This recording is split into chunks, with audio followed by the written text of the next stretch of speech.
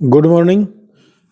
आज की सुबह की कक्षा में हम कर रहे हैं इंग्लिश ग्रामर प्रैक्टिस और आज का जो टॉपिक है वो रहेगा आर्टिकल।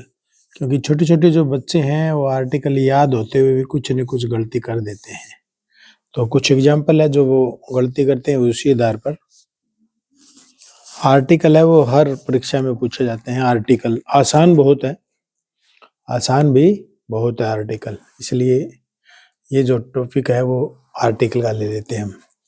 तो आर्टिकल में हमें क्या ध्यान में रखना पड़ता है कि ए का प्रयोग कहाँ पर, एन का प्रयोग कहाँ पर, द का प्रयोग कहाँ पर, नो आर्टिकल भी हो सकता है। ये है। तो पहला है I saw dash Taj Mahal.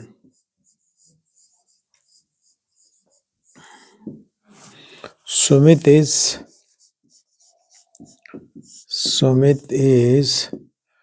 Dash one eyed man.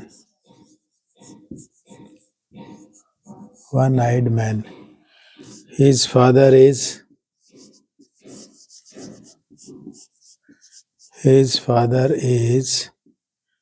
SHO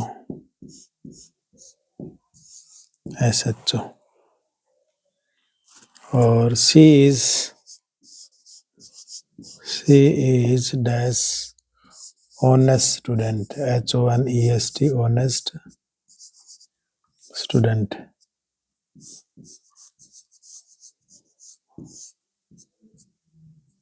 ये कुछ वाक्य हैं जो यदि एक बार देखेंगे, नोट करेंगे तो उनको रिमाइंड हो जाएगा कि हाँ किस तरह से हम आर्टिकल है वो फिल करते हैं। पहला आयशा ताजमहल। तो ताजमहल यूनिक है, वंडरफुल है, इसलिए ऐसे जहां भी आ जाता है वहां पर हम लगाते हैं दा का प्रयोग करते हैं, the Taj Mahal. Sumit is one eyed man. ओ को देखकर तो एन आना चाहिए क्योंकि ओ है वो वोवल है, परंतु वोवल साउंड नहीं, हमें साउंड रिलेट करनी है, साउंड नहीं है तो ए नहीं, ए आएगा।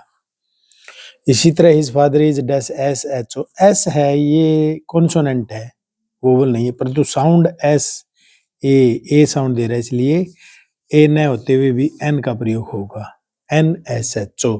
सी इज डैश, अब ओ भी कॉन्सोनेंट है परंतु आवाज साउंड क्या है, ओ है, वोवल की है, इसलिए यहाँ भी एन आएगा। तो इस आधार पर आर्टिकल में हमें बेस ये होता है कि कोई वंडरफुल चीज हो, अद्भुत हो, दुनिया में एक हो, यूनिक हो, अखबार हो, दिशा हो, पर्वत हो, पहाड़ हो, सुपरलेटिव डिग्री हो, सब में हम दा का प्रयोग करते हैं। आमतौर पर हम ए का प्रयोग करते हैं, परंतु वोवल साउंड यदि आ जाता है, वोवल साउंड आ जाता है, चाहे वो शुरुआत कॉन्सोनेंट शब्द से, वर्ड से शुरू हो, परंतु साउंड आ रहा है वोवल का, तो फिर हम एम लगाएंगे, एन लगाएंगे, एन। तो ये था एक छोटा सा वीडियो, होपफुली कि आपको पसंद आएगा। Thank you.